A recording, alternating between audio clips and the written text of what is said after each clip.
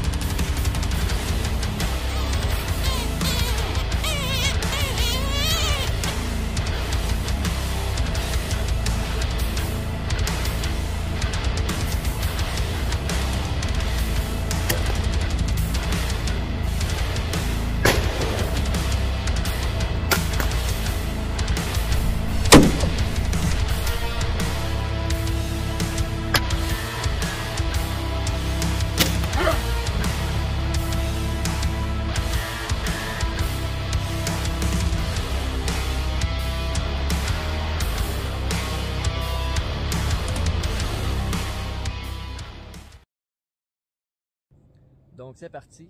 La première question que je me fais poser. Mon arme, est-tu trop forte? Es-tu pas assez forte? C'est-tu une bonne arme pour le coyote? Dans le fond, ça c'est facile à répondre. T'es-tu un chasseur qui est débutant? T'es-tu un chasseur, dans le fond, qu'est-ce que je veux dire par débutant? Qui va aller à la chasse aux coyotes, je donne par exemple, 5-6 fois par année. C'est tout. T'es-tu un chasseur de coyotes qui va y aller régulièrement, mettons comme moi, qui va faire 1, 2, 3 sorties par semaine? Si t'es un chasseur qui est débutant, qui va y aller, qui va faire 5-6 sorties par année, casse-toi pas le bessic avec ça. Prends ton arme que tu vas à la chasse à l'ours, à l'orignal. Ça va faire la job amplement. Oui, ça va faire un plus gros trou, c'est sûr. Tu pourras sûrement pas garder la peau. Mais, ce que je me dis, c'est qu'il y a un début à tout. Tu sais, après ça, c'est vrai, là vraiment que tu vas voir, t'aimes-tu cette chasse-là ou tu n'aimes pas cette chasse-là? Si t'aimes cette chasse-là, là, tu vas pouvoir aller t'équiper plus pour les années à venir. Pour les autres, on va dire les chasseurs de coyotes plus expérimentés qui veulent garder la fourrure. La 2.23 est un bon calibre. La 22-250 est un bon calibre. La 2.43 aussi. La 6.5 pour des long shots. Pour ma part à moi, j'utilise la 22-250. Pourquoi j'utilise la 22-250? Parce que c'est un arme qui est extrêmement rapide. Présentement, les balles que j'utilise, c'est de la Hornady VMAX 50 grains. Je roule autour de 4000 pieds secondes. Donc, là, présentement, pour ma part, je suis pas assez habile pour prendre des shots à 500-600 verges. J'aime mieux prendre des shots plus proches. Tant qu'à blesser l'animal, j'aime mieux pas prendre de shots. Maintenant, une autre question qui me revient très souvent. Est-ce que je peux chasser assis à plein milieu du champ? La réponse, c'est oui. Pourquoi?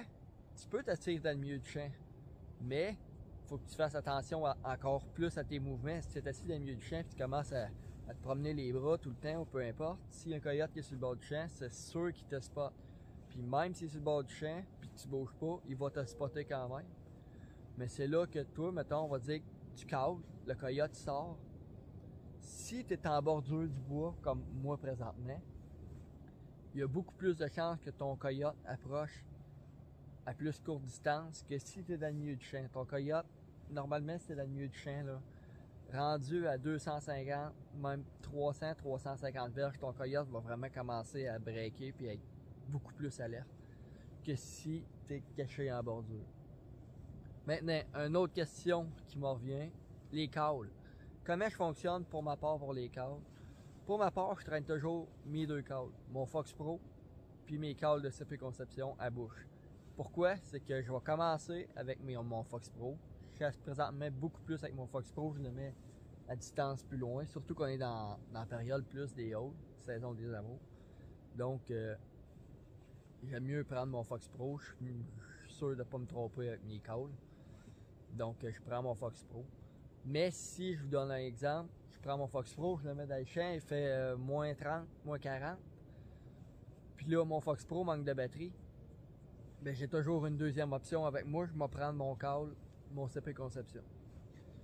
Comment que je fonctionne maintenant pour les calls, c'est que je vais faire une séance de call au environ 7-8 minutes pour, mettons, je call de 20 à 30 secondes pour 7 à 8 minutes de break.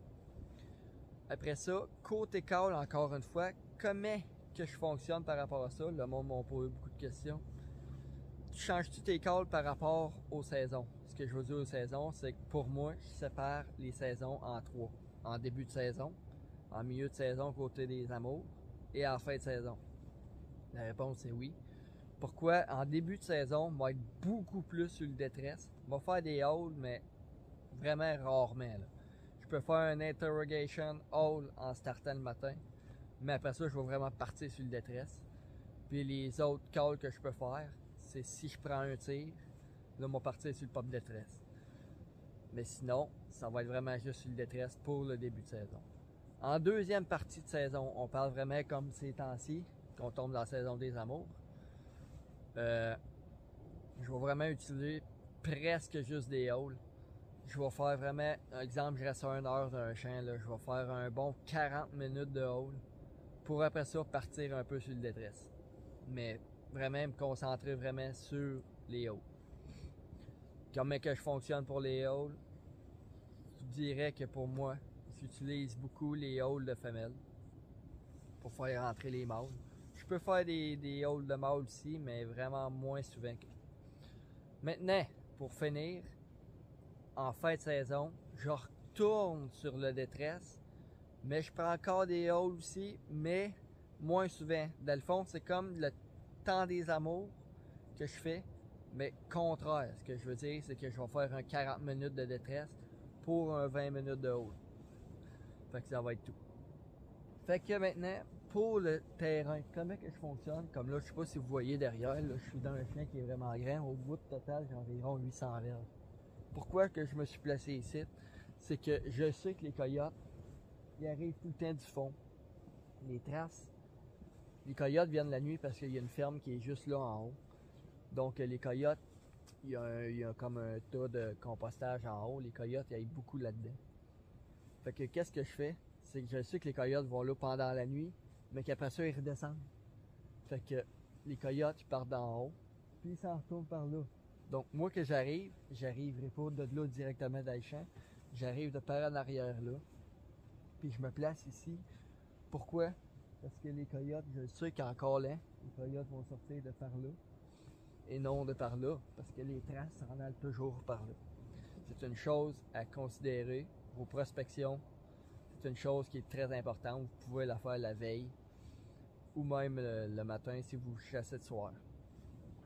Par rapport à ça, une autre question qui me revient encore une fois très très souvent. C'est-tu meilleur le matin ou le soir? Ça, c'est vraiment une question de champ. Pourquoi de champ?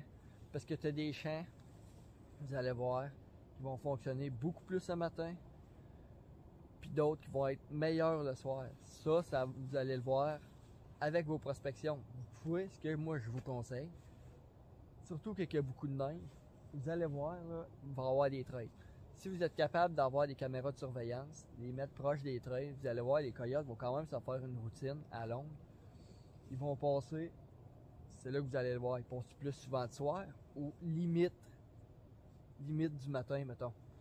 Fait que c'est dans le même que vous allez pouvoir dire, ok, ben ce champ-là, lui, il est bon le matin, l'autre, il est bon le soir.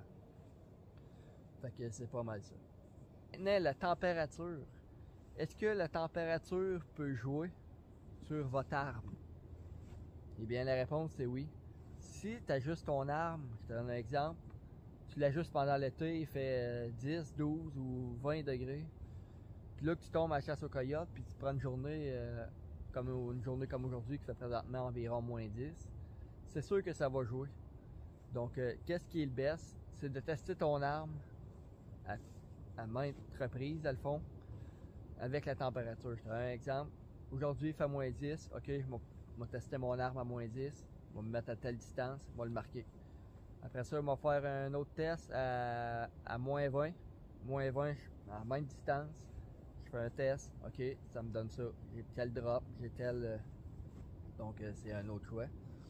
Mais je pense que ça a fait le tour pour cette vidéo. Si vous avez d'autres questions, ça va me faire un énorme plaisir d'y répondre. Donc je vous souhaite une bonne fin de saison de chasse au coyote. Puis on se revoit très bientôt.